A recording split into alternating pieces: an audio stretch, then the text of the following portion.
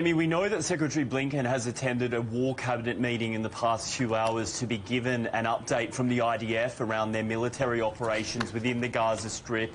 We know that America has been signalling both privately and publicly that they would like some answers from Israel on when they will move away from high-intensity operations to more targeted ones. Certainly the IDF has announced in the past 48 hours it believes it is now making that switch. But we also know the future of Gaza is front and centre of those discussions. Certainly a message Secretary Blinken is bringing here after meeting with a number of Israel's Arab neighbours is one of a desire to have a path forward here, one that can give people in Gaza some sort of hope or prospect for what their future may look like. The Israelis are still saying that they'd like to maintain security in the Gaza Strip even after this conflict comes to an end, but they have signalled they are open to working with different Palestinian factions within Gaza to try and set up what they describe as a technocratic government. But a red line for them is any involvement of Hamas. They say that is just not something that they will accept. And I think the other sort of third main thread we're tracking in these discussions is this concern about the conflict expanding. I mean, certainly today we've seen rocket sirens sounding in northern Israel almost every hour as Hezbollah continues to fire drones and rockets into northern Israel. The IDF confirmed actually that the headquarters of their northern command was struck.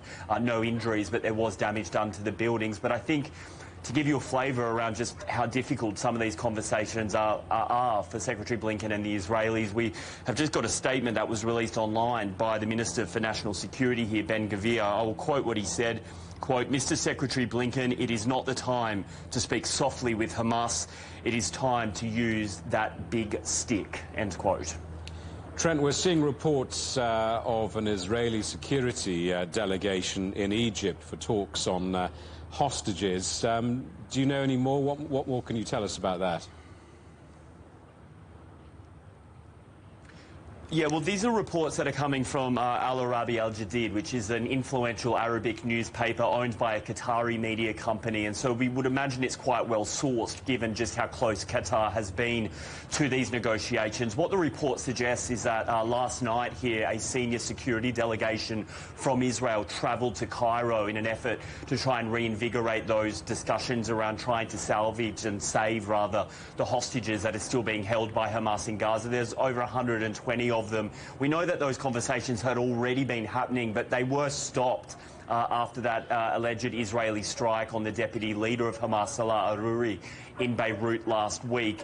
After a one-week cessation of negotiations, it would appear there is some desire here on the part of Tel Aviv to try and reopen them. Certainly there is internal and external pressure on Israel to do more to get those hostages home. Many of the families here, day 95 of this war, are increasingly vocal about what they perceive as a government's lack of interest in trying to get their loved ones home. Trent, thank you for that. Our correspondent Trent Murray in Tel Aviv.